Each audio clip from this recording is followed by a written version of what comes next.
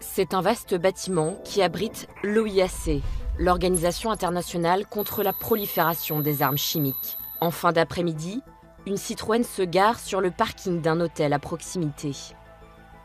À bord de la voiture, 4 hommes. Ils sont sous surveillance des services de renseignement hollandais depuis leur arrivée sur le territoire.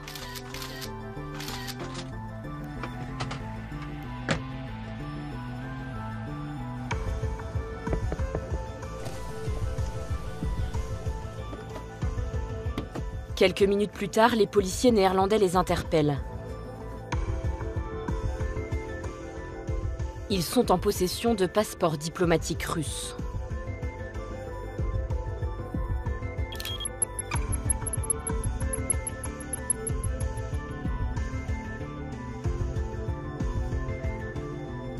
Les services secrets fouillent la Citroën. Dans le coffre, du matériel d'espionnage pour mener une cyberattaque contre l'OIAC. L'opération est classée confidentielle défense. Pendant 6 mois, les autorités hollandaises ne laissent filtrer aucune information.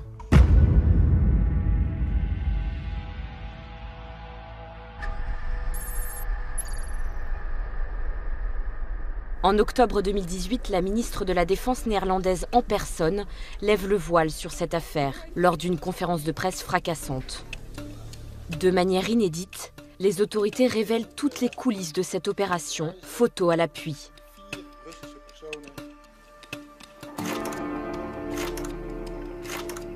Elles accusent les 4 hommes de travailler pour les services secrets russes.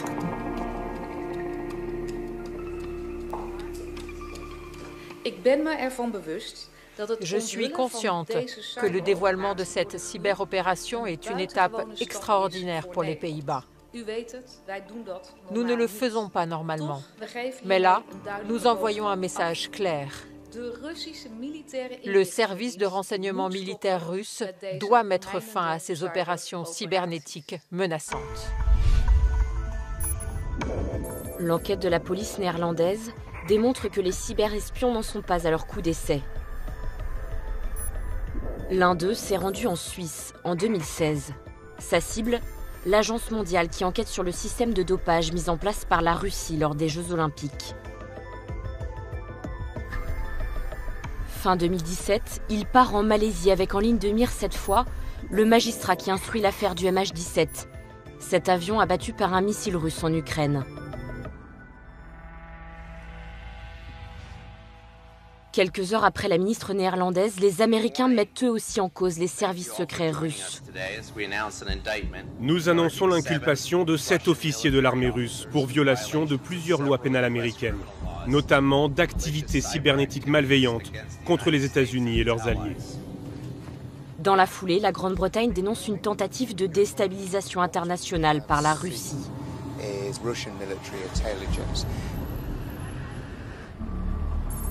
4 jours plus tard, le Kremlin finit par répondre.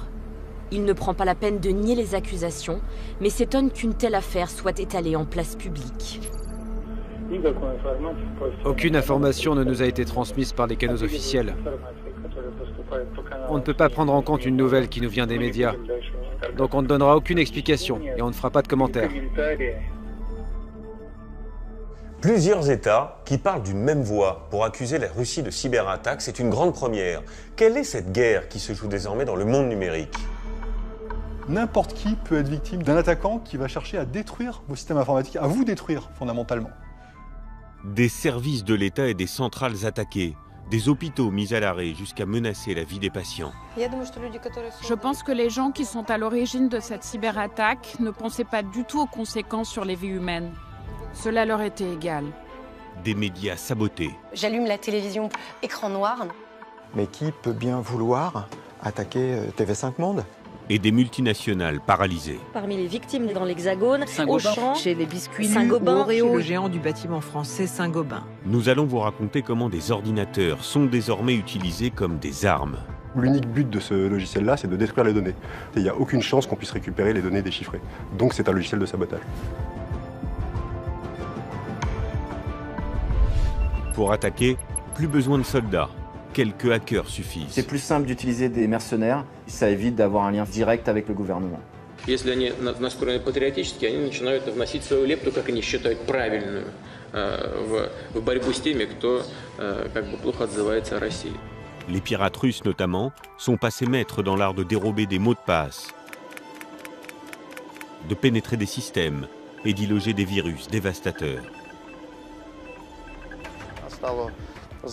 À ce moment-là, nous avons réalisé que nous avions affaire à un niveau de cyberattaque jamais vu auparavant dans le monde entier. Anonymes derrière leurs écrans, ils sont rarement démasqués et sanctionnés. Contrairement aux autres conflits, on ne voit pas les forces en présence, on ne voit pas l'adversaire. Comment la France fait-elle face à cette nouvelle menace cyber? Nous considérons l'arme cyber comme une arme à part entière. Nous n'avons pas peur de l'utiliser et nous n'aurons pas peur de l'utiliser. Qui sont les hommes et les femmes de l'ombre qui tentent d'empêcher ces attaques virtuelles aux conséquences bien réelles? Est-ce que cette attaque a permis à l'attaquant d'être en profondeur dans les réseaux les plus cachés du ministère? Donc c'est ça ma première angoisse. Notre cauchemar, c'est avoir quelques dizaines de sociétés très sensibles pour la nation, touchées en même temps par une attaque. Et on sait que si un jour ça se produit, ce sera extrêmement difficile. Avons-nous les moyens de faire face à une attaque de plus grande ampleur, ce que les spécialistes appellent le cyber-ouragan?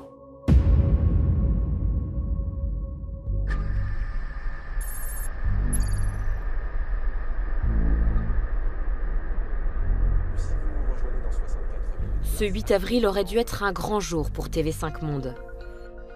Le groupe audiovisuel public inaugure une nouvelle chaîne sur l'art de vivre à la française. Il y a tout juste une heure, style HD, le luxe, la mode, la gastronomie sont de fortes valeurs à l'export et leur centre névralgique se nomme entre autres Paris ou encore Bruxelles. Mais c'est quoi au juste l'art de vivre? Nous allons tenter de vous apporter... Le directeur de TV5, Yves Bigot, accueille pour l'occasion le ministre des Affaires étrangères, Laurent Fabius. Monsieur le ministre, je vous en prie, le centre nerveux de diffusion. Ah, ça c'est le moment, ou jamais. Allez-y, prenez donc l'icône avec votre doigt. Alors, c'est ça. Voilà, et vous la faites glisser à l'endroit névralgique. Ah là là là là là là. Voilà. Et ça Wow. Voilà, la chaîne commence sa diffusion. C'est voilà. Quelque chose de magique, hein. Ouais, hein. Style HD sera accessible à 354 millions de foyers à travers 200 pays. Très bien. Oh, on a envie de la regarder. Voilà. On est soulagé, on souffle, ça s'est bien passé, la chaîne a bien démarré comme il fallait, etc. Ouais, tout va bien. Il y a une espèce de douce euphorie de relâchement.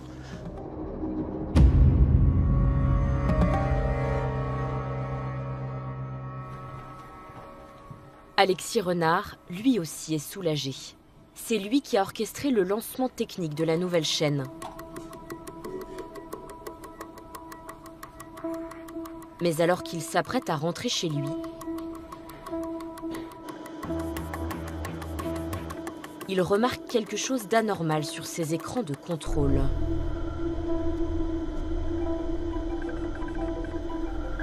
Plusieurs voyants d'ordinaire vert sont progressivement en train de passer au rouge.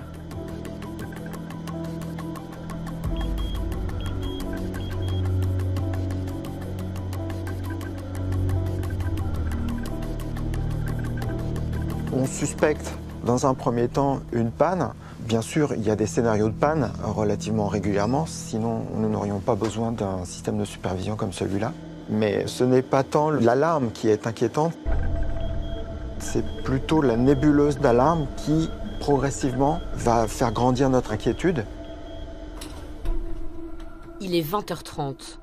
Malgré l'heure tardive, le directeur adjoint prend la décision de rappeler au travail une partie de ses informaticiens.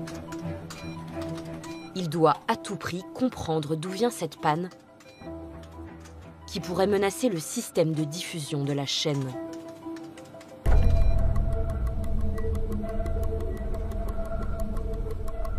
Plus l'équipe intervient, plus je constate que des composants ne répondent pas comme il faut, sont en panne. Je constate que rien n'y fait et que les voyants rouges continuent à augmenter. Là, concrètement, la suspicion d'une attaque s'insinue très profondément dans les esprits de chacun.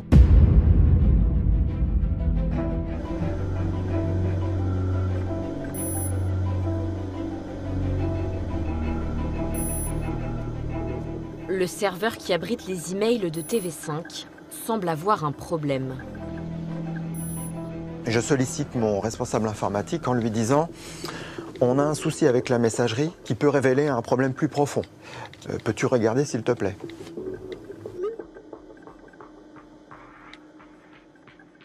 Quand il va revenir vers moi, il me dit donc en gros la messagerie a disparu. Donc ce n'est pas qu'elle est en panne, c'est que le serveur de messagerie lui-même a juste disparu des consoles, disparu des écrans radars. Pour lui, il n'y a qu'une seule explication.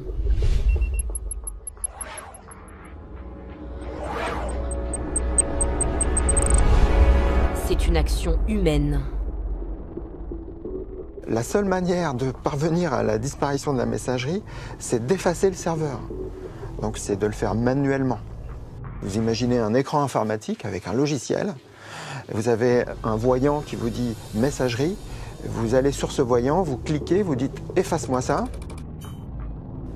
La seule possibilité, c'est de le faire de manière tout à fait malveillante.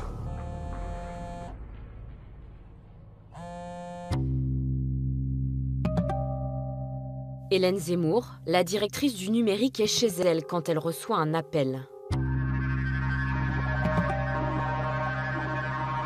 Moi, je suis prévenue par des personnes de mon équipe qui me disent le compte a été visiblement hacké et il y a des messages en arabe qui circulent sur un compte sur Twitter de TV5 Monde. C'est absolument effectivement anormal et on ne comprend pas forcément ces messages. Les réseaux sociaux de TV5 Monde se mettent à diffuser de la propagande d'un certain cybercalifat. ISIS, 4 lettres très explicites, l'acronyme anglais de Daesh. Mais le piratage ne se limite pas aux pages internet. La diffusion même de la chaîne est interrompue. J'essaie d'allumer TV5 Monde sur ma télé. Écran noir. La chaîne francophone n'émet plus dans aucun des 200 pays où elle est normalement diffusée. Hélène Zemmour saute dans un taxi pour rejoindre TV5 Monde. Alexis Renard, toujours sur place, doit se rendre à l'évidence. TV5 subit une cyberattaque venue de l'extérieur. Pour empêcher les pirates de continuer à agir, il faut leur couper tous les accès à la chaîne, fermer toutes les portes. Pour cela, une seule solution, radicale. Je me rappelle d'ailleurs avoir dit « coupe-moi Internet, j'en ai rien à foutre ». Pour une chaîne de télévision, ne plus avoir d'Internet à la fois pour recevoir du contenu, fabriquer du contenu et le publier, le livrer, c'est quelque chose de dramatique. C'est vraiment une décision qui est très douloureuse. Mais en même temps, elle est salvatrice, puisque je sais que de ce fait, les attaquants ne pourront plus agir. Revenu d'urgence rue de Wagram, Yves Bigot, le directeur, fait alerter la place Beauvau. Le ministère de l'Intérieur envoie immédiatement des mineurs et CRS pour sécuriser le bâtiment. Car derrière ce cybercalifat plane la menace terroriste de Daesh. Ce qu'il faut bien comprendre, c'est qu'on est 3 mois après les attentats de Charlie Hebdo et de l'Hypercacher. Et je ne sais pas à ce moment-là s'il n'y a pas une menace sur l'immeuble et donc sur le personnel. On craint qu'il y ait alors, des bombes, je ne sais pas, mais des fusillades, de la prise d'otages. Le directeur réunit Hélène Zemmour, Alexis Renard et les principaux cadres de TV5 Monde. Son bureau se transforme en cellule de crise. On est sonné, hein, un peu comme un boxeur, comme si on avait pris un coup. Et on est un peu perdu, hein, je veux dire, il faut dire les choses, il ne faut pas faire croire qu'on maîtrise ces situations. On ne sait pas ce qui va se passer. On ne sait pas si ça va durer encore 3 minutes ou si ça va durer des heures, peut-être des jours, on n'a aucune idée. On est dans le Schwartz complet. Pour supprimer les messages de propagande du cybercalifat, la priorité d'Hélène Zemmour est de reprendre la main sur les réseaux sociaux. les process sur Twitter et sur Facebook nécessitent de s'identifier avec les identifiants officiels TV5. Un casse-tête. Le défi qu'on a ce soir-là, c'est de récupérer les identifiants et les accès et les mots de passe, alors même qu'on n'a plus de messagerie et qu'on n'a plus les adresses mail qui ont servi à ouvrir les comptes. Je lui dis là, c'est l'enfer, je n'y arrive pas, on n'a plus rien. Elle parvient finalement à joindre les directions de Twitter et Facebook France, qui confirment « Impossible de récupérer l'accès aux comptes piratés. Ils seront définitivement supprimés, d'autres recréés. »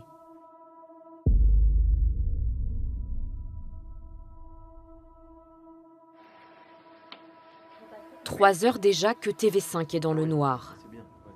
Yves Bigot décide de s'adresser aux téléspectateurs. Il faut qu'ils sachent ce qui se passe, qu'on leur parle. C'est notre responsabilité. Avec les moyens du bord. On a des téléphones mobiles, on sait filmer, donc on fait un message court et on filme cette vidéo. Jusque-là, c'est simple. La difficulté, une fois que le message vidéo est enregistré, c'est de la télécharger pour la mettre en ligne sans réseau. Parce qu'on est dans des bureaux, ça capte pas forcément très bien. Donc, puis cette image du bras tendu à travers la fenêtre, dans des fenêtres qui ouvrent mal, de bureaux pour arriver à mettre en ligne cette vidéo. Le message d'Yves Bigot est finalement mis en ligne sur YouTube et sur les réseaux sociaux, tard dans la nuit. TV5 Monde a été victime d'une cyberattaque extrêmement puissante. Ce piratage a conduit l'ensemble de nos 11 chaînes, les 9 généralistes et les 2 thématiques, à virer à l'écran noir. À 5 h du matin, ces écrans noirs se rallument. Mais le direct reste toujours impossible. La chaîne passe des rediffusions.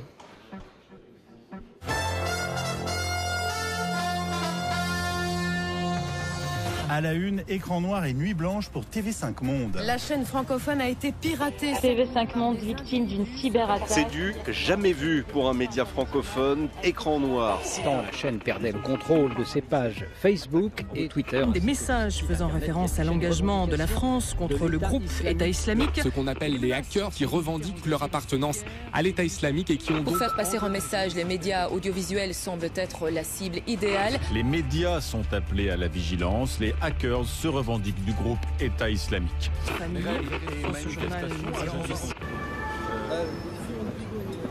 Au petit matin, la cyberattaque fait la une des médias.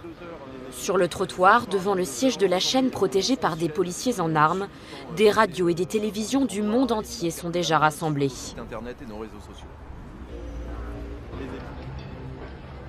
Un petit groupe d'hommes se tient à l'écart de la foule de journalistes. Ce sont des experts informatiques qui viennent à la rescousse de la chaîne. Ils font partie de l'ANSSI, l'agence de l'État en charge de la sécurité informatique. Parmi eux, Bruno Maresco. Cet ingénieur polytechnicien est responsable des opérations. On n'a pas l'habitude d'opérer sous le feu des projecteurs, donc on intervient en général à l'insu de l'attaquant. En général sur des activités qui ressemblent à des activités d'espionnage. Et donc à ce moment-là, comme on a juste pas envie d'être repéré comme étant l'équipe de l'ANSSI qui vient s'occuper de la crise, on se sépare et on arrive un par un dans le bâtiment devant TV5 Monde.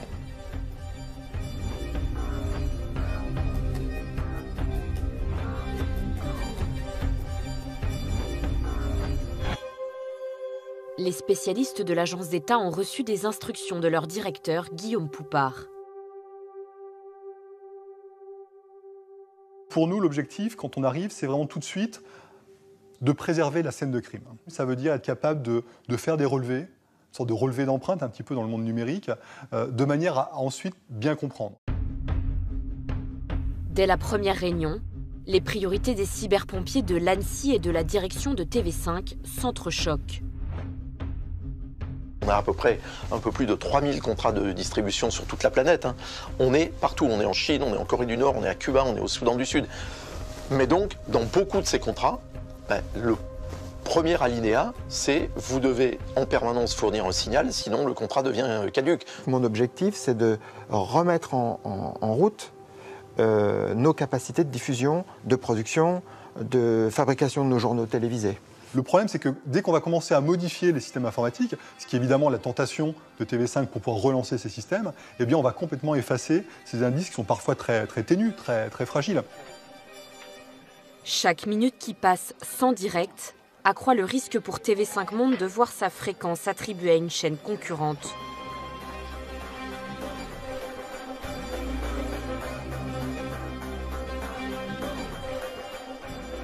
Mais l'ANSSI impose son tempo. Priorité à l'enquête.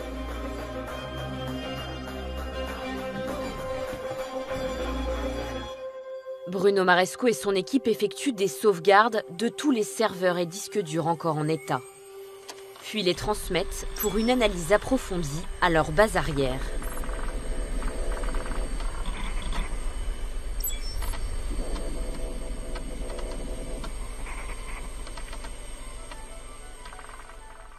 C'est dans cette tour, sur les quais de Seine, que travaille à l'époque Félix Aimé. Il est spécialiste des modes opératoires d'attaque, identifie les hackers qui s'en prennent aux intérêts français. Mon travail, c'est de dresser un portrait de cet attaquant. C'est avant tout un rôle, on va dire, de profiler ou de criminologue. On a des investigations techniques et scientifiques qui sont faites sur le lieu d'un crime. Et on va essayer de savoir qui est derrière ce crime et potentiellement de relier ce crime à d'autres affaires. Le site internet, les réseaux sociaux, la messagerie, le système principal de diffusion sont hors service. Les pirates ont même détruit le système de secours. L'attaque est sophistiquée, peut-être trop. Au sein du bureau, on est sûr et certain que ce n'est pas le cybercaliphate. Directement, l'hypothèse du cybercaliphate, qui est un peu un groupe d'attaquants de bas niveau, opportunistes, nous paraît complètement fallacieuse. En termes de technologie employée, en termes d'organisation, ça ne ressemble pas du tout à de la cybercriminalité standard. Et on s'aperçoit également que l'ensemble de la campagne de propagande du cybercaliphate est orchestrée par des gens qui parlent pas très bien arabe. Ça semble être plus du Google Translate que des natifs. Malgré les doutes des profilers de l'ANSSI, les politiques vont évoquer la piste du terrorisme islamiste.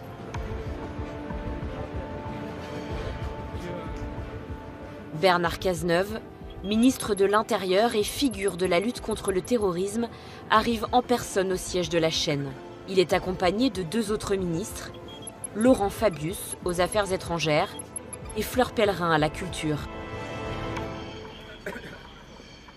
Le directeur de la chaîne les accueille dans son bureau avec en tête l'avertissement de l'ANSSI. Ne pas se précipiter pour désigner le coupable. Je leur raconte ce que je sais. Les faits, c'est regarder les captures d'écran que j'ai conservées, voilà les messages qu'on a reçus, signés dans le cybercalifate. Voilà, je m'en tiens à ça, hein, pas de spéculation au-delà des faits. Voilà ce qu'on sait. Avant de repartir devant les caméras, le ministre ne va pas faire preuve d'autant de prudence. Nous sommes face à des terroristes déterminés et nous sommes déterminés à les combattre. Les moyens qu'ils mobilisent sont des moyens puissants qui nous obligent à nous adapter en permanence. Et c'est ce que nous faisons sans trêve ni pause. Ça m'étonne qu'il s'engage aussi clairement. Mais je me dis, après tout, il a sans doute des infos que je n'ai pas. Et puis après, les politiques, ils font de la politique. Hein. Donc, on n'est jamais non plus tellement surpris, parfois qu'ils affirment des choses en attendant qu'on les vérifie, quoi.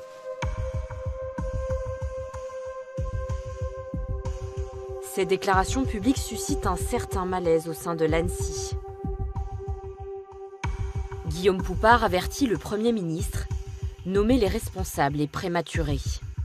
À un moment où on voit des terroristes partout, le fait d'aller expliquer à des autorités, attention, c'est peut-être pas justement ces terroristes, c'est peut-être pas Daesh, c'est peut-être quelque chose de totalement différent, évidemment c'est compliqué. Dire à ses chefs que l'on ne sait pas, c'est toujours plus dur que dire ce que l'on sait.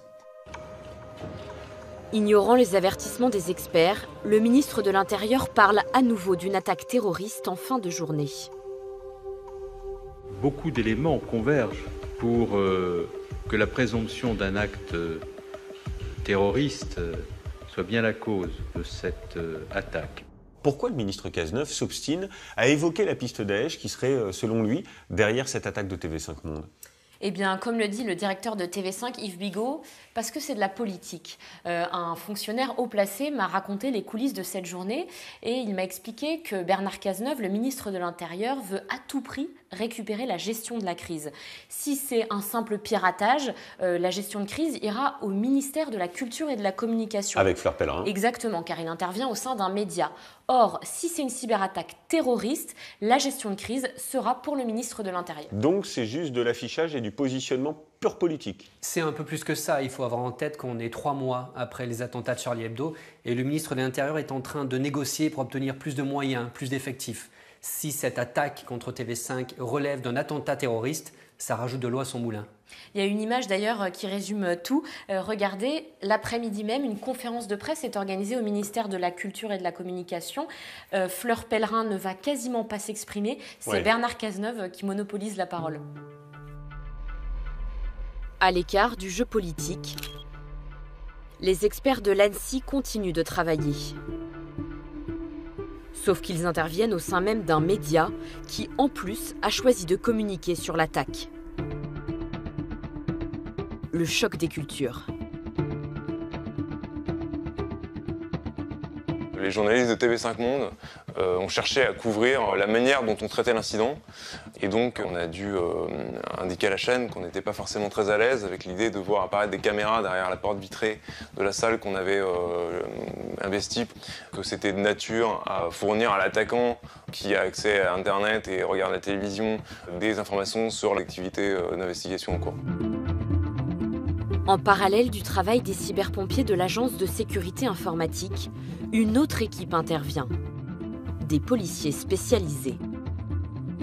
Eux ne sont pas là pour réparer l'antenne de TV5, mais pour mettre la main sur le coupable afin de le traduire en justice. Comme sur une enquête classique, ils commencent par auditionner les salariés de la chaîne. L'un de ces policiers a accepté de parler de manière anonyme. Son entretien est reconstitué. Nous l'appellerons Patrick. Quand on commence une enquête, on s'interdit aucune hypothèse. On part du principe que tout le monde peut être coupable, que le coupable peut être interne, ça peut être des gens de l'intérieur qui sont spécialisés dans le système informatique, des anciens salariés qui sont partis mécontents ou qu'on a fâchés. Tout le monde est nerveux, tout le monde est sur ses gardes, tout le monde est tendu. Les enquêteurs s'intéressent en particulier à un employé. Car les premières analyses de l'ANSSI ont déterminé que l'attaque a été lancée depuis son ordinateur. Il ne s'agit pas d'un salarié lambda, mais de l'administrateur réseau. C'est lui qui gère les comptes et les machines du réseau informatique de TV5 Monde. C'est quelqu'un qui se pose beaucoup de questions, forcément, puisque c'est son ordinateur qui a servi à l'attaque. Et il répond à nos questions de façon cohérente. Il nous apporte des éléments qui nous permettent de penser que sa machine a peut-être été compromise et utilisée à son insu.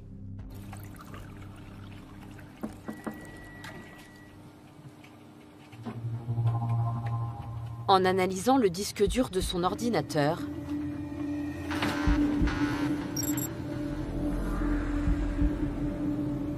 les enquêteurs découvrent 2 virus qui pourraient mettre hors de cause ce salarié.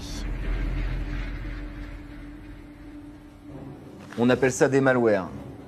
Le premier, c'est un enregistreur de frappe clavier qui permet à une personne malveillante de récupérer tout ce qui est tapé sur un ordinateur, notamment les mots de passe et les identifiants.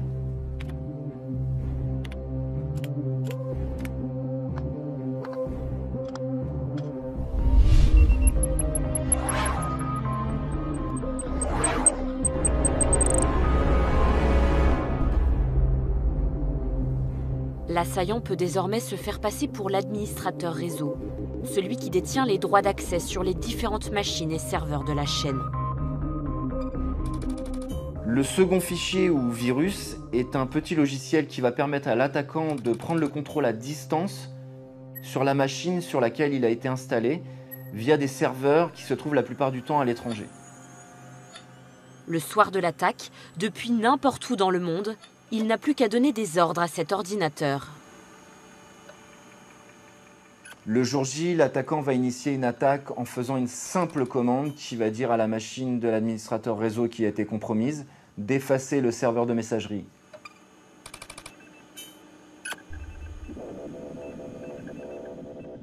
Cette machine va aussi servir à prendre le contrôle des comptes des réseaux sociaux Facebook et Twitter qui sont rattachés à TV5 Monde. Et enfin, il va dire à la machine de l'administrateur réseau de procéder à la remise à zéro de tous les matériels qui permettent la diffusion des flux vidéo, ce qui engendre les fameux écrans noirs le soir de l'attaque. Comment le pirate a-t-il pu déposer ces virus dans l'ordinateur de l'administrateur de TV5 Monde ? Eh bien, vous allez voir, cette attaque a été préparée de longue date. Ce qu'il faut savoir, c'est qu'à TV5, les caméras des plateaux sont des robots qui sont gérés à distance par un prestataire hollandais. Ce prestataire, c'est quelqu'un qui est très imprudent. Il voyage beaucoup, il se connecte au Wi-Fi des hôtels et des aéroports qui sont très peu sécurisés. L'attaquant a donc pu déposer ces virus sur l'ordinateur de ce prestataire, puis comme ça remonter, infiltrer le réseau de TV5 en passant par les caméras robots, puis aller jusqu'à l'ordinateur de l'administrateur réseau. C'est fou, c'est digne d'un film d'espionnage. Comment se prémunir face à tant d'ingéniosité ? TV5 a sans doute facilité la tâche des hackers. Il faut savoir, c'est ce qu'a révélé notre enquête, que la chaîne n'avait pas changé les mots de passe par défaut des serveurs, notamment les serveurs qui gèrent les caméras robots. Donc c'est comme lorsqu'on achète un nouveau téléphone avec un code PIN 0000, faut le changer. Exactement, donc le pirate n'a eu aucune difficulté à se procurer ce mot de passe. Dès lors, une fois qu'il était entré dans le réseau, il a pris tout son temps pour préparer son attaque.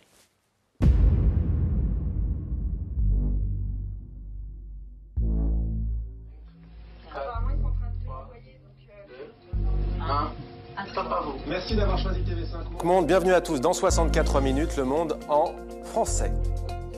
Nous sommes très heureux de vous retrouver après cette attaque d'envergure et inédite contre TV5 Monde, un piratage sans précédent dans l'histoire mondiale de l'audiovisuel.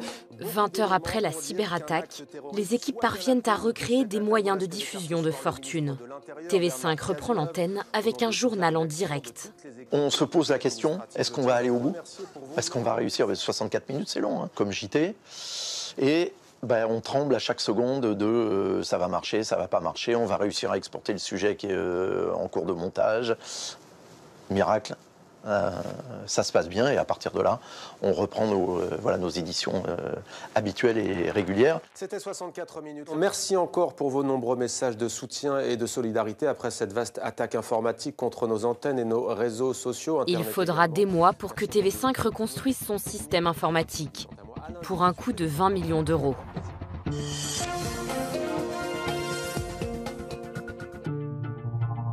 Les enquêteurs, eux, sont toujours sur la piste des assaillants. Malgré la sophistication de l'attaque, ils finissent par identifier des traces des pirates. Du code informatique qui trahit leur ADN et écarte définitivement la piste d'une attaque terroriste de Daesh.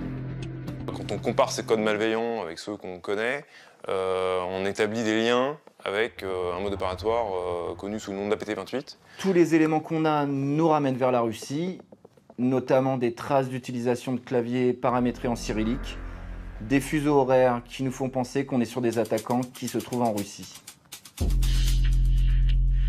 Derrière ce mode opératoire, APT28.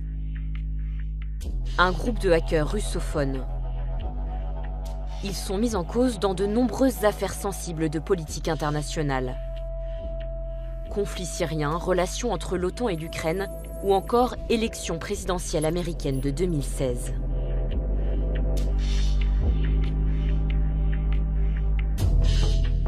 Ce qu'il faut savoir, c'est que les hackers malveillants russes sont très souvent proches du pouvoir.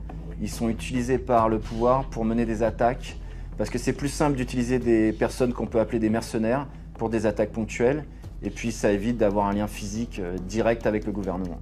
En contrepartie, le gouvernement russe laisse ses hackers agir impunément depuis son territoire, et notamment pratiquer des actes de cybercriminalité pour extorquer de l'argent. Tout le monde pense à une attaque terroriste du groupe de Daesh. En fait, cette attaque, elle vient d'ailleurs. Tout semble indiquer en effet que c'est une attaque qui vient d'un État, et pas n'importe lequel, de la Russie. La France fait face à un acte de cyberguerre. Mais pourquoi la Russie nous attaquerait-elle ainsi ? Alors à l'époque, les relations entre la France et la Russie sont assez détériorées sur fond de crise ukrainienne et syrienne. François Hollande a par exemple refusé de se rendre au défilé de commémoration de la victoire sur le nazisme le 9 mai à Moscou. Et Paris a suscité la colère du Kremlin en suspendant la vente de 2 navires Mistral, 2 navires de guerre. Et alors, comment la France réagit ? Et bien justement, la France, elle ne va pas réagir officiellement. Elle estime que si elle accuse nommément la Russie, elle se coupera de toute possibilité de dialogue avec ce pays. Sur ces affaires, dans le cyberespace, on règle généralement les choses par le canal diplomatique et pas frontalement. Donc l'agresseur ne sera jamais désigné ? Même TV5 ne sera pas mise au courant, mais la chaîne finira par l'apprendre, tout comme le grand public, parce que l'information va fuiter.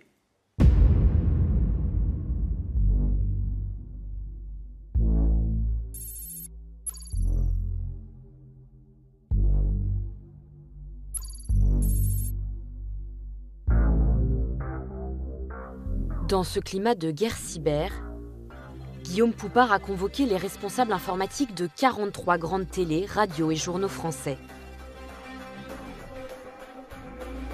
3 semaines après la destruction de l'antenne de TV5 Monde, il craint d'autres attaques au sein des médias.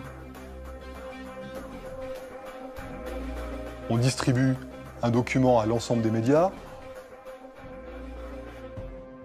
On leur donne de quoi chercher au sein de leur réseau s'il y a des traces d'attaques qui sont déjà produites, et notamment celle qui s'est produite chez TV5.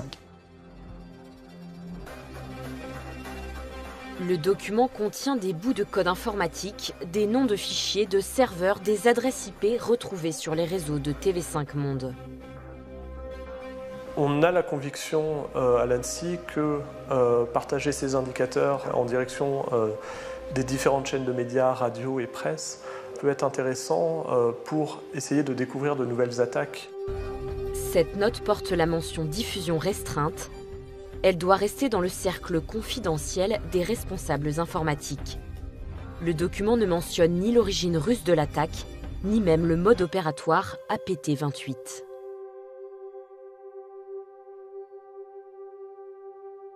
Emmanuel Paquette est journaliste au magazine L'Express. Il suit depuis plusieurs années les problématiques cyber. Grâce à des sources, il entend parler de cette réunion et parvient à se procurer le fameux document distribué par l'ANSSI. Il va mener sa propre investigation. Je donne les marqueurs, donc les empreintes numériques laissées par les assaillants chez TV5 Monde, à 2 experts de la cybersécurité, un privé et un particulier que je connais, c'est plutôt un hacker pour le coup, et les 2 travaillent de leur côté et assez rapidement arrivent tous les 2 à la même conclusion. Je m'attendais à ce que ce soit effectivement une confirmation du cybercalifat, et en réalité, derrière ce groupe se cache APT28, qui serait proche des intérêts russes. Le journaliste se fait confirmer l'information par le parquet en charge de l'enquête. Pourtant, l'ANSSI se refuse à tout commentaire. Emmanuel Paquette contacte alors le premier concerné, le directeur de TV5. On ne nous l'avait pas dit officiellement.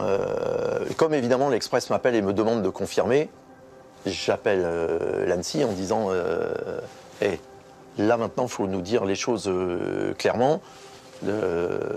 Un type de l'Express qui est un vrai spécialiste de ces questions-là nous dit voilà, que c'est les Russes.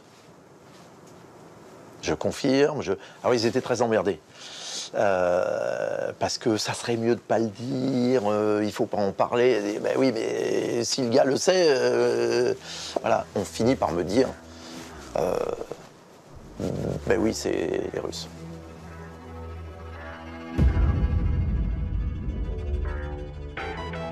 Presque 3 mois jour pour jour après l'attaque, l'Express publie l'enquête d'Emmanuel Paquette.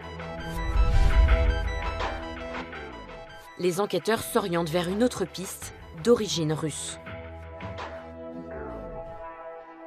La publication de l'Express, évidemment, n'arrange pas les affaires de l'ANSSI, ni même les investigations, tout simplement parce qu'on n'est pas coutumier d'attribuer dans les médias des attaques informatiques. Et on craint également, via une attribution publique, d'éventuelles représailles, d'éventuelles nouvelles attaques.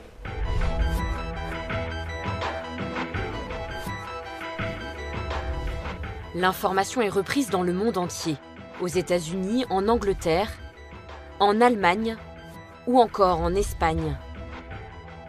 Car c'est la première fois qu'un média est saboté. L'ANSSI n'était pas très content que je partage les empreintes numériques laissées par les assaillants à d'autres personnes. J'ai eu des messages plutôt indirects me disant de les garder pour moi, voire si je pouvais éviter d'y accéder. Bon, voilà.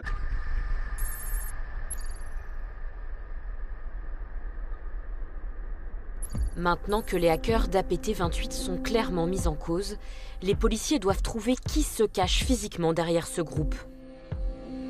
Mais les pirates ont brouillé les pistes en se dissimulant derrière de nombreux serveurs partout dans le monde. Moi, en tant qu'enquêteur, quand je travaille, je remonte la pelote à l'envers. Donc du coup, je pars du serveur compromis, je cherche les connexions, je trouve une connexion, j'identifie un serveur. Il va falloir que j'aille récupérer ce serveur et les informations qui sont dessus pour pouvoir remonter d'un cran vers la connexion suivante. Pendant des mois, les policiers spécialisés travaillent sur les serveurs utilisés pour l'attaque. Mais ils se heurtent finalement à un mur. Certains pays refusent l'accès à leurs machines. D'autres ne conservent pas leurs données. Oui, on a des faisceaux d'indices nombreux et bien forts, mais on ne peut pas amener des éléments de preuve matériels formels. Et surtout, on ne peut pas identifier des personnes physiques. Alors pour nous, c'est très frustrant. Et aujourd'hui, où en est-on de cette affaire? Y a-t-il eu des suites judiciaires? L'affaire a été classée sans suite et aucun de ces hackers russes ne sera jamais traduit en justice. Et les autorités russes n'ont jamais été directement, officiellement mises en cause? Non, mais de toute façon, qu'ils soient mis en cause officiellement ou pas, l'attitude des Russes face à ces accusations est toujours la même. Ils ne prennent pas la peine de démentir. Écoutez cette déclaration de Vladimir Poutine. Это же люди свободные, как художники. Они, значит, настроение у них хорошее, они встали с утра и занимаются тем, что картины рисуют. Также и хакеры. Они проснулись сегодня, прочитали, что там что-то происходит в межгосударственных отношениях. Если они настроены патриотически, они начинают вносить свою лепту, как они считают, правильную, в борьбу с теми, кто как бы плохо отзывается о России. C'est complètement fou ce qu'il dit Vladimir Poutine, on est bien loin des précautions d'usage des autorités françaises. Il semble même justifier les attaques de ces hackers au nom du patriotisme. C'est sans doute au nom de ce même patriotisme que ces artistes, comme ils les appellent, vont lancer une autre attaque massive en juin 2017. Une attaque qui va déstabiliser un pays, qui va coûter des milliards de dollars à des multinationales, dont le français Saint-Gobain, et qui va même mettre en jeu des vies humaines. C'est une guerre à 2500 km de la France. En mars 2014, la Russie annexe la Crimée, rattachée à l'Ukraine. Des années d'affrontements violents au sol, mais aussi dans le cyberespace. Depuis, le pays reste divisé entre l'Ouest pro-européen au pouvoir et l'Est majoritairement pro-russe.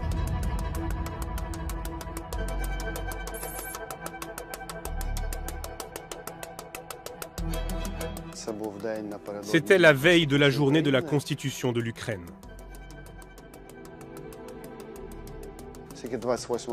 Vu que le 28 c'est un jour férié, je décide que j'irai voir mes parents et mes enfants. L'été, mes parents habitent à la campagne.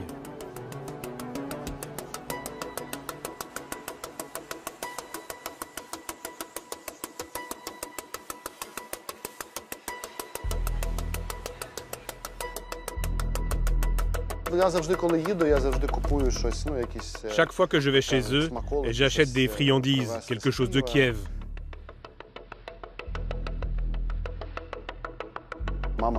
Ma mère adore le salo, du lard ukrainien.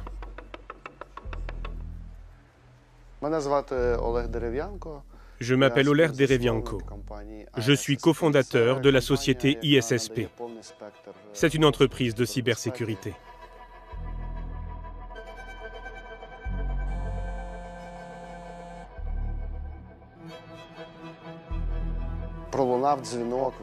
J'ai reçu l'appel d'un ami. Il m'a dit, écoute, quelque chose d'important est en train de se passer. Un gros client vient d'être attaqué.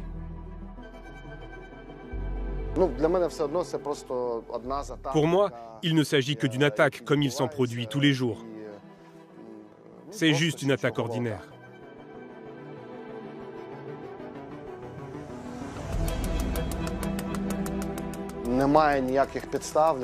Il n'y a aucune raison que je change mes plans. J'appelle mon partenaire pour lui expliquer la situation. Et il me répond. Écoute, 10 à 15 entreprises m'ont déjà appelé pour me dire qu'elles sont touchées par une forte cyberattaque. C'est sérieux. Tout le système s'arrête et le message de demande de rançon apparaît. Oler Derevienko comprend que l'alerte est beaucoup plus sérieuse qu'il ne l'imaginait. Il s'arrête dans un restaurant en bord de route pour avoir une connexion Internet.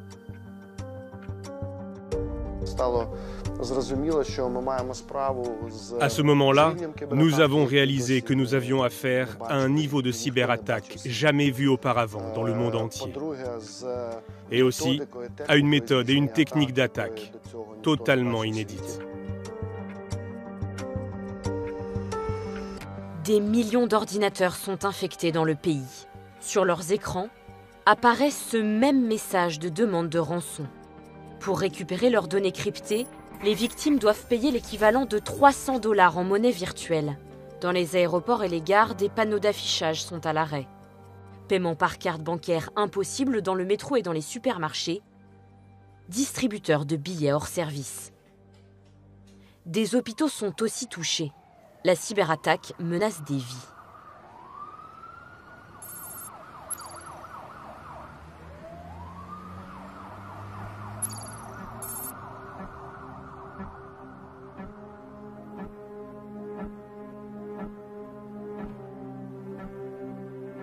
La clinique Boris est l'une des plus réputées de la ville.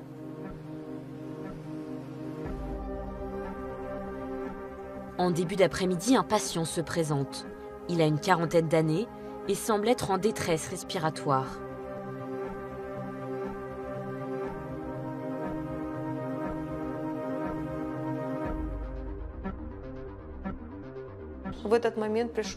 Un patient avec une insuffisance coronarienne est arrivé. Cela signifie que l'activité de son cœur souffrait de dysfonctionnement. Il pouvait décéder à n'importe quel moment. Ce patient avait besoin d'une hospitalisation immédiate. En plus de 30 ans d'exercice, le docteur Yelena Botiaï n'a jamais connu une telle panique. Tout le système informatique de la clinique est hors service. Les plannings des médecins et les dossiers des patients se sont volatilisés. Il était très important de vérifier si ce patient avait déjà eu des problèmes cardiaques auparavant, parce qu'il était assez jeune et qu'on devait éviter des erreurs. Il nous fallait savoir quels médicaments il prenait et quels examens il avait déjà faits. Là, il nous dit « Vous avez toutes ces informations dans votre base de données », sauf que nous n'avions plus cette base. La clinique ne peut pas l'opérer sur place. Le patient sera finalement envoyé dans un centre spécialisé.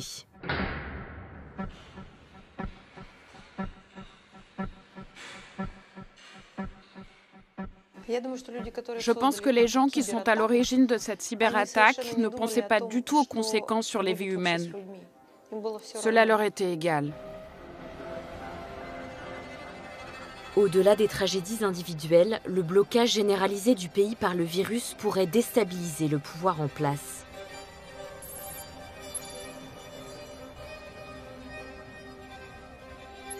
Place Maïdan, la Poste doit fermer ses portes. C'est une institution centrale du pays. Elle n'assure pas seulement la gestion du courrier, elle distribue aussi les pensions de plus de 11 millions de retraités ukrainiens. Comme beaucoup de retraités habitent dans des endroits reculés où les banques n'ont pas accès, nos facteurs prennent l'argent en liquide dans leur sac et le distribuent dans les villages, jusque dans les maisons. L'équivalent de 4 milliards d'euros en espèces. Mais nous avons besoin de données pour nous dire quelle somme d'argent distribuer à qui.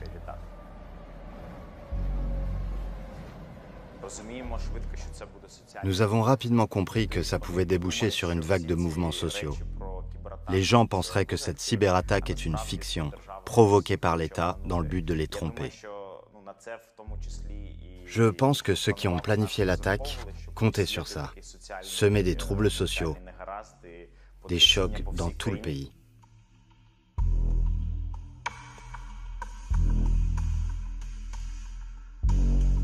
Pour éviter une montée de panique, Aleksander Persowski donne l'ordre à ses équipes de rouvrir les portes. Même sans système informatique, il faut continuer à accueillir les clients.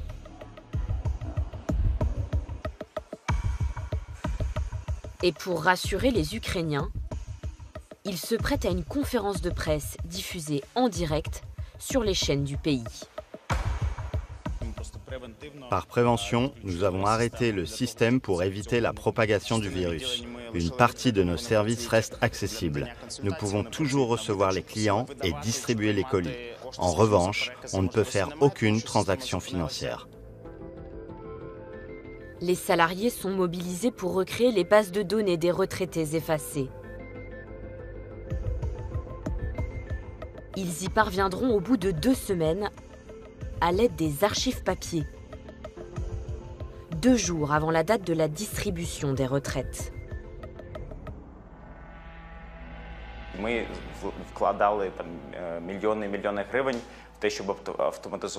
Nous avons investi des millions et des millions pour automatiser l'entreprise. À mon arrivée, seuls 2000 de nos 11 000 bureaux de poste étaient connectés au réseau Internet. Nous avons doublé ce nombre. L'ironie du sort, c'est que nous nous sommes battus pour que la société soit davantage dépendante de l'infrastructure informatique. Mais à cause de ça, elle est devenue plus vulnérable.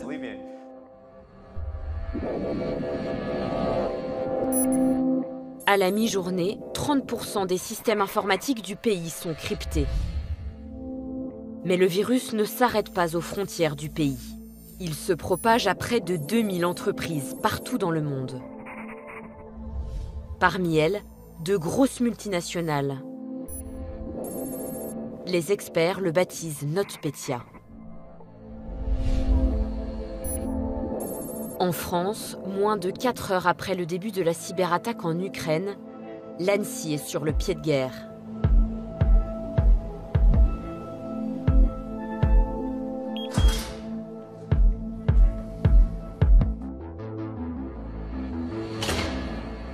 Comment faire pour se prémunir d'une attaque qui crypte les données? Faut-il céder à la demande de rançon? L'agence doit rapidement fournir des recommandations. Et très vite, mes experts me disent « mais fais gaffe, c'est pas pareil que d'habitude ». Ce virus qui devrait chiffrer les données de manière à demander une rançon après, eh bien ce virus, il efface purement et simplement les données, ou bien il les chiffre et il jette la clé de chiffrement. Il détruit la clé de chiffrement. L'unique but de ce logiciel-là, c'est de détruire les données. Il n'y a aucune chance qu'on puisse récupérer les données déchiffrées. Donc c'est un logiciel de sabotage. Sous les apparences d'une demande de rançon, les hackers ne cherchent pas à gagner de l'argent, mais à détruire.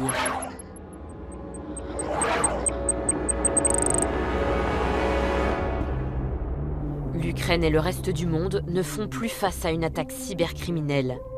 Il s'agit d'un acte de guerre mené dans le but d'anéantir un maximum d'infrastructures.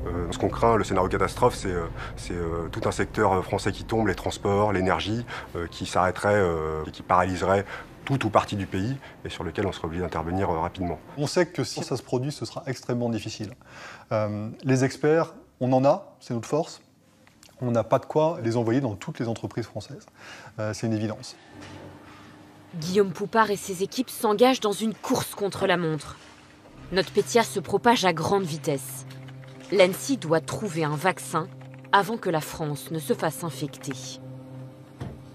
La première consigne finalement que je donne à mes équipes opérationnelles, c'est aller me trouver une victime. Il nous faut une victime sur laquelle faire des prélèvements. Ça peut paraître très cynique, mais on a besoin d'un patient infecté pour pouvoir comprendre la maladie de manière à préparer l'antidote. L'Agence de la sécurité des systèmes d'information intervient normalement au chevet des ministères, des entreprises publiques, des organisations stratégiques comme EDF ou la SNCF. Mais ce jour-là, le grand groupe privé qui appelle au secours ne relève pas de son périmètre. Il se trouve que Saint-Gobain nous appelle très tôt pour nous dire on a un très gros problème, tout notre réseau est touché, tout est en train de s'arrêter. On voit bien qu'ils sont dans une situation très compliquée. Pour Guillaume Poupard, ce géant français des matériaux qui se présente spontanément comme victime, c'est une aubaine.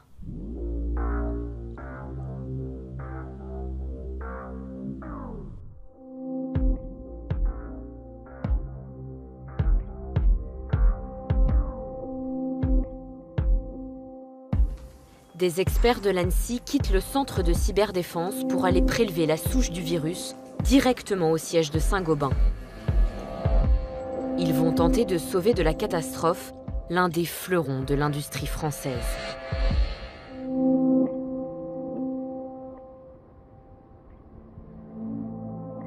En parallèle des agences d'État, sur Twitter, la communauté des geeks se passionne pour le virus NotPetya. Très vite, un nom revient en boucle dans leurs échanges, MEDOC. MEDOC est un logiciel de comptabilité ukrainien utilisé par des entreprises et des institutions locales pour déclarer leurs impôts. C'est lui qui aurait permis aux attaquants de répandre leur virus destructeur.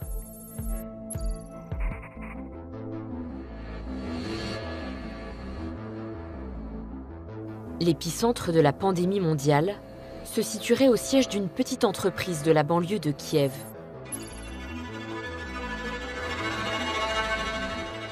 La société Linkos a développé ce logiciel MEDOC et le commercialise. Moins de 2 heures après le début de la cyberattaque, Olesya Linik, la patronne, se retrouve au cœur de la tourmente.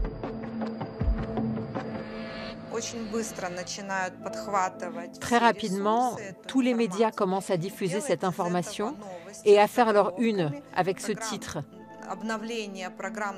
La mise à jour du logiciel MEDOC propage le virus NotPetya en Ukraine.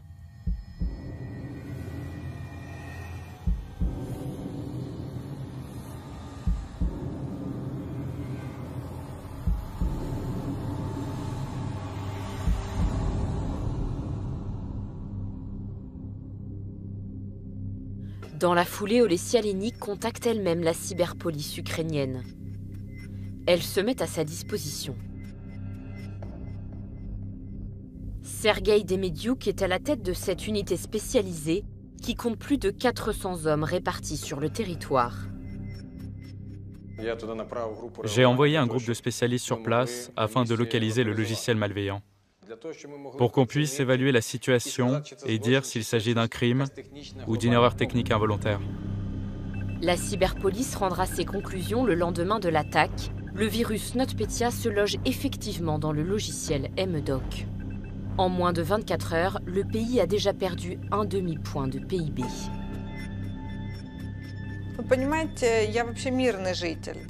Mettez-vous à ma place. Je ne suis pas un soldat, je suis une civile. Donc, devenir l'épicentre de la guerre, de cette cyberguerre, j'ai du mal à l'avaler, comme tout ce conflit d'ailleurs. Et aujourd'hui, est-on sûr que la patronne de cette entreprise ukrainienne ignorait vraiment que son logiciel était au cœur du scandale de cette cyberattaque? Oui, car les assaillants vont se servir de son logiciel à son insu pour propager leur virus. En somme, une sorte de cheval de Troie. L'avantage pour eux, c'est que ce logiciel, il est utilisé par quasiment toutes les entreprises et les institutions ukrainiennes pour déclarer leurs impôts. Et donc les hackers vont envoyer une fausse demande de mise à jour du logiciel à tous ces utilisateurs. Et les utilisateurs, quand ils cliquent dessus, ils se font inoculer le virus. Quel lien, concrètement, entre cette petite entreprise ukrainienne de comptabilité et la multinationale française Saint-Gobain? Saint-Gobain avait une filiale ukrainienne qui utilisait ce logiciel. Entre-temps, Saint-Gobain avait vendu l'entreprise, mais il en restait l'administrateur réseau pour encore 3 mois. Autrement dit, à 3 mois près, Saint-Gobain aurait pu éviter cette massive attaque informatique. Voici le journal. Bonjour à tous. À la une ce matin, comme une traînée de poudre. Une cyberattaque à l'échelle mondiale, planétaire. Cyberattaque spectaculaire. La bombe informatique a touché la France. Des entreprises françaises. Parmi les victimes dans l'Hexagone, Auchan, chez les biscuits Lu ou Oreo, les chocolats Côte d'Or, Saint-Gobain, Milka, Saint-Gobain ou encore de la Maïf. Les préservatifs Durex, Saint-Gobain, laboratoire pharmaceutique. Steradan, Desktop, Visé par de l'industriel Saint-Gobain, chez le géant du bâtiment français Saint-Gobain.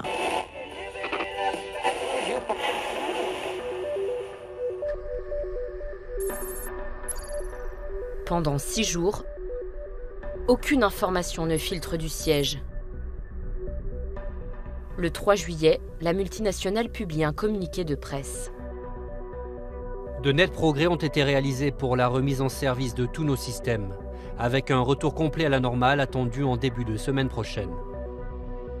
Dans les faits, le groupe est durement touché. Les hommes de l'ANSSI sur place constatent que plus de 80% des 40 000 machines en France sont paralysées. Ils perdent plusieurs millions d'euros par jour et pour eux c'est quelque chose qui est impensable dans la durée. Donc l'ambiance était un peu tendue, voilà, les équipes informatiques couraient un peu partout et étaient à la recherche de solutions. Une trentaine de cyberpompiers se relaient nuit et jour dans un entresol spécialement aménagé dans la tour de la Défense. Des lits d'appoint sont même installés pour qu'ils dorment sur place. Cette attaque chez Saint-Gobain tombait particulièrement à un mauvais moment, puisqu'ils étaient soumis à une publication des comptes obligatoire, et le fait de ne pas publier ces comptes financiers peut entraîner des pénalités. Donc effectivement, ils sont très demandeurs et mettent beaucoup de pression pour qu'on redémarre vite. Il faudra 3 semaines au groupe français pour reconstruire un réseau sain et revenir à la normale. Dans cette cyberattaque, Saint-Gobain a perdu au moins 250 millions d'euros de chiffre d'affaires.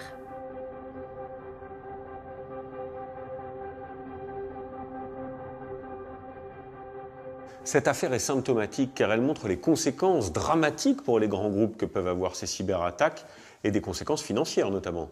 Oui, et en interne, chez Saint-Gobain, c'est vraiment vécu comme un échec. Nous les avons sollicités à plusieurs reprises et ils n'ont jamais souhaité participer à ce documentaire. Même à l'époque, ils ont verrouillé leur communication. Il n'existe aucune image officielle de leur magasin, La Paire ou Point P, à l'arrêt suite à l'attaque du virus. Et les seules images, celles qu'on a utilisées dans le documentaire, nous ont été données par une source non autorisée. Mais alors pourquoi un tel silence? Alors déjà parce que ça fait partie de l'ADN du groupe, Saint-Gobain communique peu. Et puis il y a aussi, semble-t-il, un problème de sécurité informatique dans ce groupe. Oui, puisque dans les années 2000, la direction du groupe a souhaité que toutes les filiales puissent échanger et partager. Elle a donc fait un réseau informatique ouvert, très à plat, comme ils appellent dans leur jargon, ce qui fait que quand le virus se propage à un endroit dans le réseau, il peut très vite se propager à l'ensemble du groupe. Donc il y a eu des failles. Exactement, il y aurait aussi eu un problème au niveau de la gestion des identifiants et des mots de passe. L'administrateur réseau aurait choisi un même identifiant et un même mot de passe pour accéder à plusieurs ordinateurs. Donc on connaît le virus, on sait comment il s'est propagé, reste une inconnue. Qui l'a inoculé? À Paris, Félix Aimé, le profiler de hackers, vient de quitter son poste à l'ANSSI. Lorsque l'attaque survient, c'est son 2e jour de travail pour l'une des principales sociétés privées d'antivirus. Un collègue lui envoie par mail le fichier contenant NotPetya. Mais il n'a pas encore ses outils informatiques pour traquer les pirates. Je reçois le fichier et je viens l'ouvrir sur un traitement de texte parce que j'ai que ce logiciel à disposition. Et ce que je cherchais à savoir, c'était s'il y avait des chaînes de caractères reconnaissables. Des indices qui me font tilter sur un groupe d'attaquants ou un autre.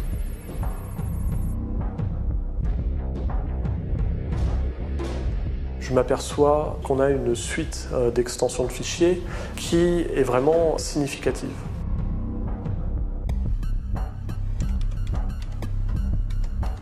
Je copie-colle ces blocs de caractères sur Google et là, je tombe sur un code malveillant associé au mode opératoire Black Energy.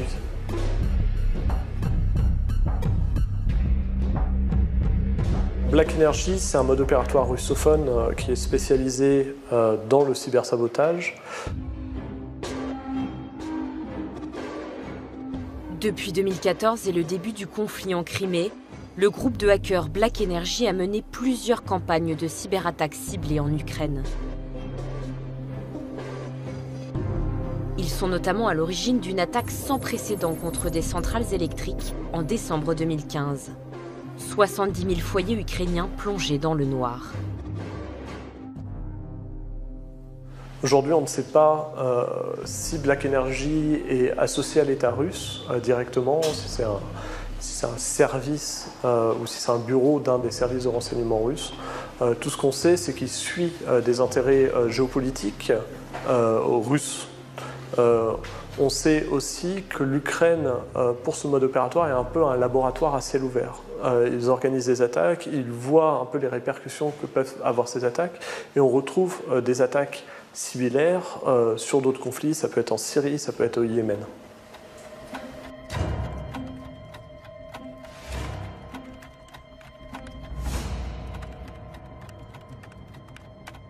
Le profiler se retient de lier directement les hackers russes de Black Energy au Kremlin. Les autorités ukrainiennes, elles, vont prendre moins de précautions.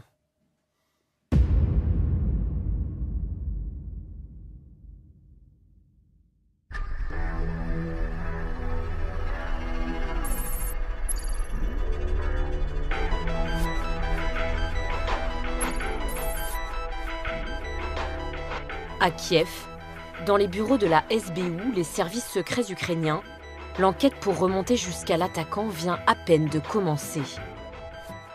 Nikolai Kuleshov, le chef du département cyber, n'a encore aucune preuve tangible, mais une certitude après des années de guerre contre la Russie. Pour organiser une attaque pareille, aussi massive, il faut avoir beaucoup de ressources. Un petit groupe de hackers indépendants ne dépenserait pas une telle somme d'argent sans aucun retour sur investissement. Ce ne peut être que des services secrets. Pour nous, c'est important de dire à la communauté internationale la vérité sur cette cyberattaque. De dire qu'il s'agit d'une agression russe. Dans notre pays, les forces de l'ordre n'ont pas pour habitude de dire qui est derrière une attaque tant que la justice ne s'est pas prononcée. Mais dans cette situation de guerre hybride, lorsque nos ennemis sont sans foi ni loi, nous devons nous mettre à leur niveau. Et donc, passer outre certaines règles pour donner aux citoyens les faits et leur dire comment ça se passe. Les autorités ukrainiennes ne veulent pas rester passives face à l'agression. Elles organisent une réaction qui se veut spectaculaire.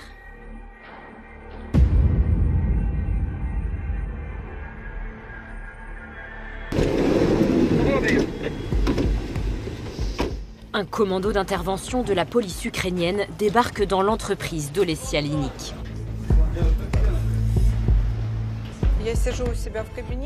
Je suis dans mon bureau et j'entends qu'il y a une agitation dans le couloir. Je sors et je les entends monter les escaliers 4 à 4.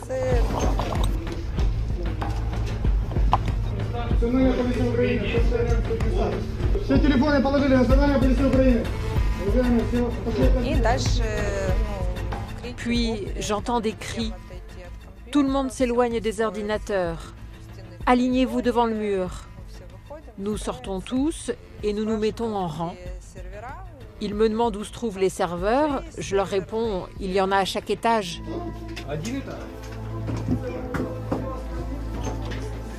Ces images filmées par la police elle-même seront largement distribuées aux médias dès le lendemain.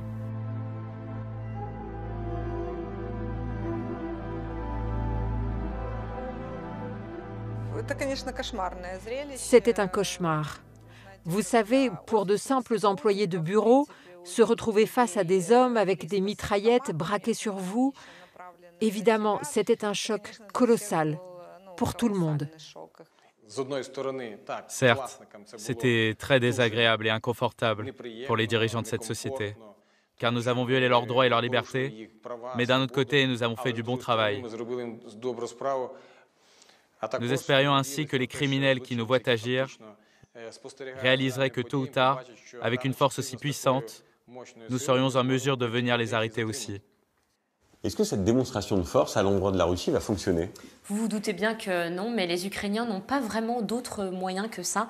Nous sommes entrés dans les bureaux des services secrets ukrainiens, le SBU, et nous y avons trouvé peu de moyens, quelques jeunes hommes devant des ordinateurs. Et puis surtout, chose très étrange, nous avons pu mettre notre clé USB pour récupérer un document dans leur ordinateur sans même qu'ils la vérifient avant. Sans aucun contrôle, c'est-à-dire que si vous aviez voulu les infecter, leur transmettre un virus, les attaquer, C'était possible. Oui. Pas très sérieux, ça. Le plus ironique dans toute cette affaire, c'est que les Ukrainiens ne devraient pas seulement s'en prendre aux Russes, mais aussi aux Américains.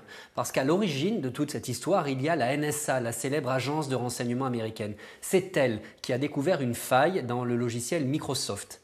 Mais au lieu d'avertir l'industriel pour qu'il corrige cette faille, la NSA l'a conservée pour elle en espérant l'utiliser plus tard dans de futures attaques. Et pourquoi cette faille s'est retrouvée entre les mains des hackers russes de Black Energy? Mais parce que c'est l'arroseur arrosé, la NSA s'est fait dérober tout un arsenal de failles par des pirates informatiques, dont celle qui est à l'origine du virus NotPetya. Et ces failles informatiques se sont retrouvées sur Internet en vente, et donc tout hacker malveillant pouvait les utiliser. C'est un monde sans règles, où tous les coups sont permis. Tous les coups sont permis, avec un gros avantage. Il n'est pas nécessaire d'entretenir et de financer une armée d'espions pour mener une attaque, il suffit d'un virus. Et vous allez voir comment l'armée française elle-même va être victime d'une de ces opérations d'espionnage.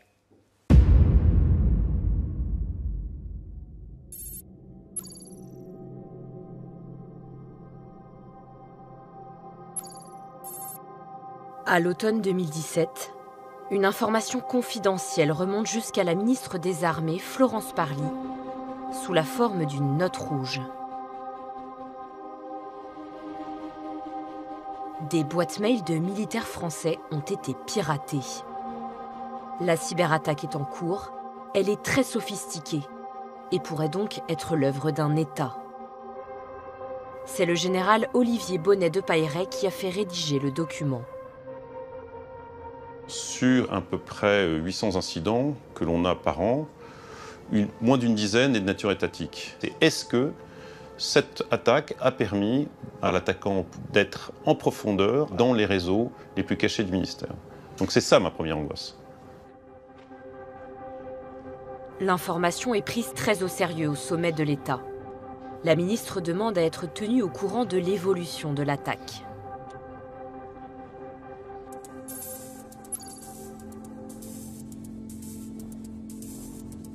Le lendemain, au nouveau siège sécurisé des armées françaises, dans le très secret CPCO, Centre de planification et de conduite des opérations, le général réunit plus d'une dizaine d'officiers. Ensemble, ils doivent déterminer la stratégie à adopter vis-à-vis de l'attaquant. Le lieutenant-colonel Lionel prend la tête de cette cellule de crise dédiée. C'est lui qui présente les options au général. On a deux possibilités, c'est soit de manière très radicale couper ce service, fermer toutes les boîtes ou arrêter les différents serveurs. C'est assez radical, mais au moins on sait qu'on arrête dans la foulée la fuite de données. On a une deuxième possibilité, c'est de laisser continuer l'attaquant, continuer son évolution, de manière à mieux le surveiller, à comprendre exactement son mode d'action et également son objectif. L'option 2 permettrait d'en apprendre beaucoup sur l'ennemi. Mais elle peut aussi se révéler risquée si l'attaquant prépare une offensive majeure. Je prends la décision à un moment de dire, écoutez, non, je crois qu'on peut en savoir plus sur qui nous attaque, comment il nous attaque, pourquoi il nous attaque. Donc on va laisser l'attaque continuer à perdurer. Pas question d'avertir tous les services de l'armée qu'une attaque est en cours. Ce serait contre-productif. La cellule de crise établit la liste restreinte de ceux qui sont mis au courant. Et pour travailler en toute discrétion, les militaires mettent au point un scénario, ce qu'ils appellent une légende. Au moment où on a besoin de construire cette légende, on va profiter de l'actualité. On vient de traverser 2 vagues d'attaques informatiques internationales. On s'entend une 3e. Sur le dark web, on parle de Bad Rabbit. On va utiliser cette légende-là. Elle nous permettra d'intervenir avec comme argument on est en train de lutter contre Bad Rabbit. On a besoin d'auditer des systèmes pour se prémunir de Bad Rabbit. On soupçonne qu'on pourrait avoir tel ou tel réseau infecté par Bad Rabbit. Et donc c'est à ce titre-là qu'on intervient. Phase 1 de l'opération. Le commandement de la cyberdéfense doit découvrir jusqu'où l'ennemi a pénétré dans les réseaux et quelles adresses de messagerie il espionne. Le commandant Nicolas coordonne cette opération. Parmi les 8000 boîtes mail régulièrement utilisées par des fonctionnaires du ministère, les cyber-enquêteurs estiment à 300 celles qui sont potentiellement d'intérêt pour l'ennemi.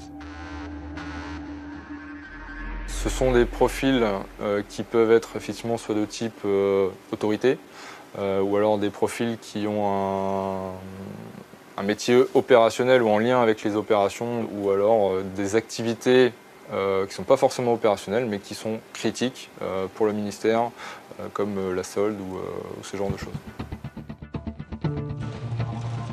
Couverts par leur légende, la protection du ministère face à une éventuelle attaque Bad Rabbit, des analystes de la cyberdéfense passent à l'action. Ils se rendent directement sur les ordinateurs de ces 300 militaires identifiés. On va se lancer à la chasse sur notre réseau du ministère pour essayer de trouver des traces de l'attaquant. Aucune des cibles n'est mise au courant qu'elle est potentiellement espionnée. Toutes les actions que nous devons mener ne doivent pas être détectées par l'attaquant. Nous ne voulons pas qu'il sache que nous savons qu'il est sur nos réseaux.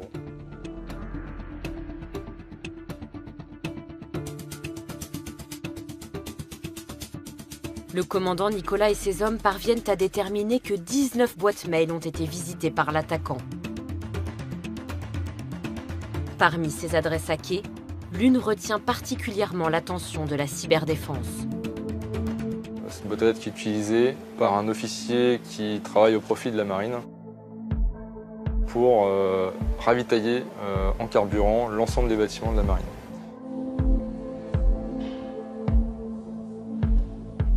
Le fait de récupérer des mails envoyés par cet officier permet à l'attaquant de connaître la position de l'ensemble des bateaux qui sont en mer. Plusieurs bâtiments de la marine actuellement soutiennent des opérations militaires, elles sont engagées dans des opérations militaires. On a affaire à un véritable enjeu stratégique. Il n'est pas acceptable que la position des bateaux, les objectifs de nos bateaux puissent être dans les mains d'un tiers. Le tiers pourrait être un État qui agit à l'encontre des intérêts français.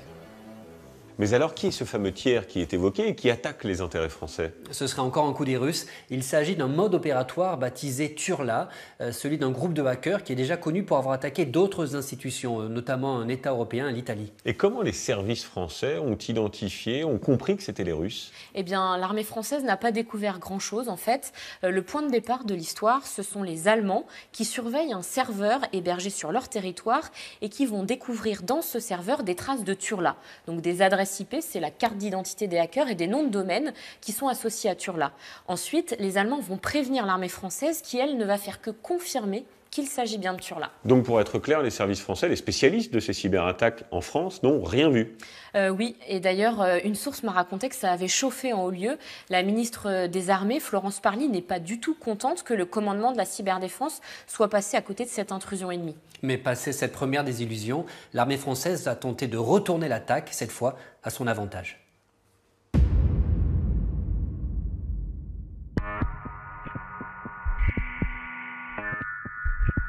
L'opération passe en phase 2, une phase de contre-espionnage. Désormais, les militaires connaissent les 19 personnalités ciblées par les hackers de Turla. Ils vont à leur tour espionner l'espion. Il faut laisser progresser l'attaquant. Il ne faut surtout pas qu'il sache qu'on l'a détecté. Et du coup, il ne faut pas modifier les comportements des usagers. On ne dit rien aux propriétaires des boîtes aux lettres qui ne seront pas, qu'ils ont été compromis. On en parle à leurs autorités, à leurs chefs, qui vont les faire travailler sur des domaines moins sensibles, ce qui fait qu'ils continueront à utiliser leur boîte aux lettres comme ils le faisaient régulièrement. En revanche, les données seront soit obsolètes, soit très peu utilisables. L'officier de marine en charge des ravitaillements en carburant continue son travail, mais sa hiérarchie lui confie des commandes pour des navires moins stratégiques. Pendant des mois, les cybersoldats observent en temps réel les mouvements de l'attaquant, les heures de connexion, les mails qu'il ouvre.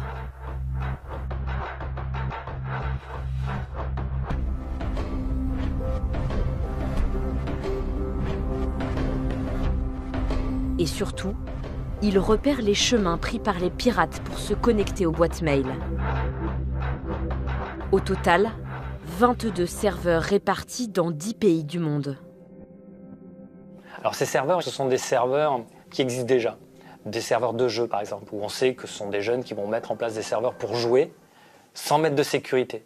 L'attaquant va profiter de ces serveurs pour mener des attaques et faire des rebonds, différents rebonds dans différents pays pour venir ensuite récupérer les mails. La liste de ces serveurs vient s'ajouter à la base de données sur Turla. Avec cette opération de contre-espionnage, l'armée française espère se prémunir à l'avenir d'attaques similaires perpétrées par ce groupe de hackers. J'estime qu'on est allé jusqu'au bout de notre enquête et qu'il est temps, maintenant qu'on a cette connaissance générale, d'arrêter cette attaque. Fin mai 2018, 7 mois après le lancement de l'opération de contre-espionnage Turla, le commandement de la cyberdéfense décide d'arrêter de jouer avec le feu. L'attaquant est chassé des boîtes mail de manière radicale. Tous les identifiants et mots de passe seront changés.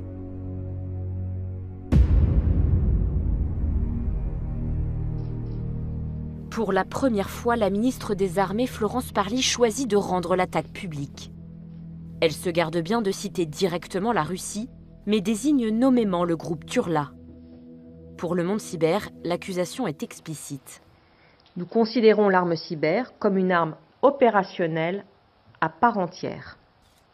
Mais que ceux qui sont tentés de s'attaquer à nos forces armées le sachent, nous n'avons pas peur de l'utiliser et nous n'aurons pas peur de l'utiliser.